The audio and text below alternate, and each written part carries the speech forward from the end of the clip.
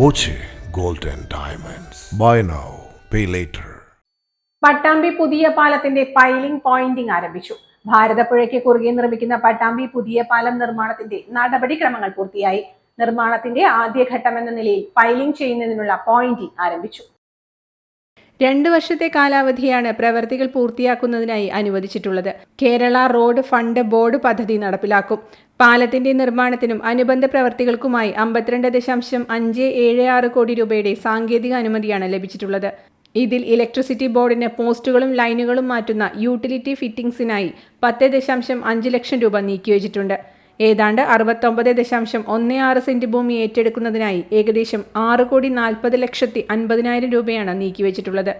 പാലത്തിന്റെ നിർമ്മാണത്തിനായി 40.34 കോടി രൂപ അനുവദിച്ചെങ്കിലും കരാറെടുത്തത് 33.14 കോടി രൂപയ്ക്കാണ്. ജാസ്മിൻ കൺസ്ട്രക്ഷനാണ് പദ്ധതിയുടെ ടെൻഡർ ഏറ്റെടുത്തത്.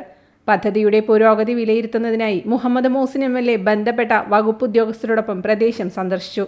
Pattambi municipal chairperson O Lakshmikutty, vice chairman TP Shaji, വികസന standing committee chairman Vijayakumar, councillor Rajan എന്നിവരും എത്തിയിരുന്നു. പട്ടാമ്പി പാലം അത് യാഥാർത്ഥ്യമാക്കുക എന്നുള്ള ലക്ഷ്യത്തിൽ തന്നെ പോണത്. നേരത്തെ നമ്മൾ പേപ്പർ വർക്കിലായിരുന്നു, അതിൽ നിന്ന് മാറി ഇപ്പോൾ നിർമ്മാണ പ്രവർത്തനത്തിൻ്റെ ഘട്ടത്തിലേക്ക് ഇത് കടന്നിരിക്കുന്നു എന്നതാണ് ഏറ്റവും സന്തോഷമുള്ള കാര്യം. Time kids pre school, Mannannur road, Vaniyamkulam. .view news. കാഴ്ചകളാണ് ലോകം, കണ്ടു തുടങ്ങുക.